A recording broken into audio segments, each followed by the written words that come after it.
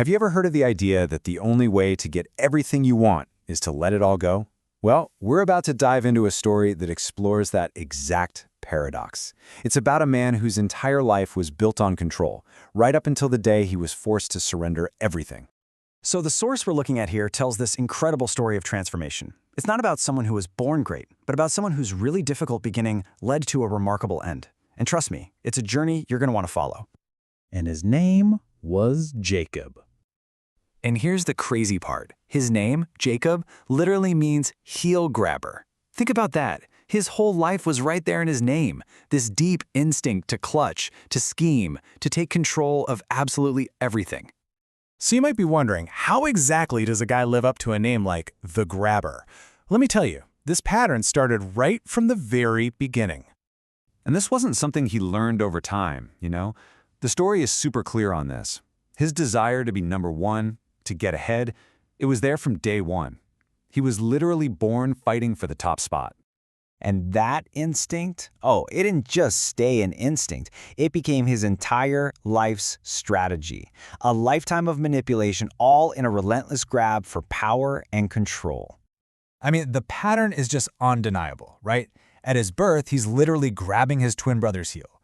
As a young man, what does he do? He totally takes advantage of his brother's hunger to steal his birthright for like a bowl of soup. Then, later on, he tricks his own dying father to snatch the blessing that was meant for his brother. And it doesn't stop there. Even his career, he schemes for more than a decade, manipulating his own father-in-law to build a massive fortune. You see, every single major moment was just another act of grabbing control. But here's the thing about a life spent grabbing. Eventually, you face a situation where grabbing does you no good at all. And that's exactly what happened. After years of success built on sheer control, Jacob finally faces a crisis where control is the one thing he absolutely does not have. So picture this. He's an old man now, the head of this huge family. But then a devastating famine hits the land. And for the very first time in his life, all his cleverness, all his schemes, they're completely useless. His family's survival is totally out of his hands. And this is where it all just comes crashing down. I mean, look at this cascade of loss. First, he's convinced that his favorite son Joseph is dead.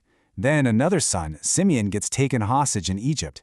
And now, the price for getting more food, the only way to survive, is to risk his last beloved son Benjamin by sending him right into that same danger. Can you imagine? Everything he loves is just being ripped away from him one by one. And you can just feel the absolute despair in his own words here. For a man who spent his entire life making things happen, this feeling of total powerlessness is just crushing. In his mind, it feels like the whole universe is conspiring against him. The ultimate grabber is finally losing his grip. So he's staring down this impossible choice. His entire life's instinct is screaming at him, clutch, hold on to Benjamin, protect the last precious thing he has. But if he does that, his family starves to death. The only hope, their only chance for survival, means doing the one thing he has never ever done before: let go.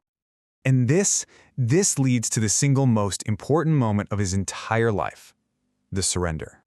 With his entire family on the brink of starvation, Jacob, the lifelong grabber, finally opens his hand. The man who was born clutching, who schemed and fought and grabbed his way through life, he finally makes the choice to just release what he holds most dear. And this one line from the source text, wow, it says everything. It's not a cry of despair anymore, is it? It's a statement of complete and total surrender. He's not fighting fate any longer. He's yielding to it.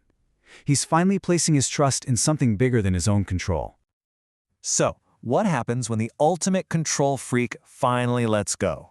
Well, this is where the story flips on its head and reveals its central, mind-bending paradox. The moment he lets Benjamin go, the chain of events that follows is just staggering. First, he finds out that Joseph, the son he'd been mourning for years, is not only alive but is basically the second most powerful man in Egypt. And because of that, both Simeon and Benjamin are returned safely and his entire family is saved from the famine. It's unbelievable. And according to the analysis we're looking at, this is no coincidence. It's presented as a direct result. That act of ultimate surrender was the very key that unlocked his ultimate restoration. By giving up the one thing he had left, he got everything he had ever lost back. So, when you look back at this long, turbulent life, what's the final lesson here? What's the big takeaway from the grabber's story? Okay, get this. At 130 years old, Jacob is standing before the Pharaoh of Egypt, one of the most powerful rulers in the world. And when Pharaoh asks him about his life, he doesn't brag about his wealth or success. He just says his years were few and harsh. And the source really drives his point home. Those harsh years, they were the direct result of all that grabbing, all that scheming and control. His greatest blessings, saving his family, getting his lost son back, they only came after his single greatest act of surrender. And that leaves us with a really powerful question, doesn't it? The story of the heel grabber, a man who only found peace when he finally opened his hands, kind of forces us to look in the mirror. It asks us to think about our own lives. What are we clutching so tightly? And what might happen if we finally found the courage to just let go?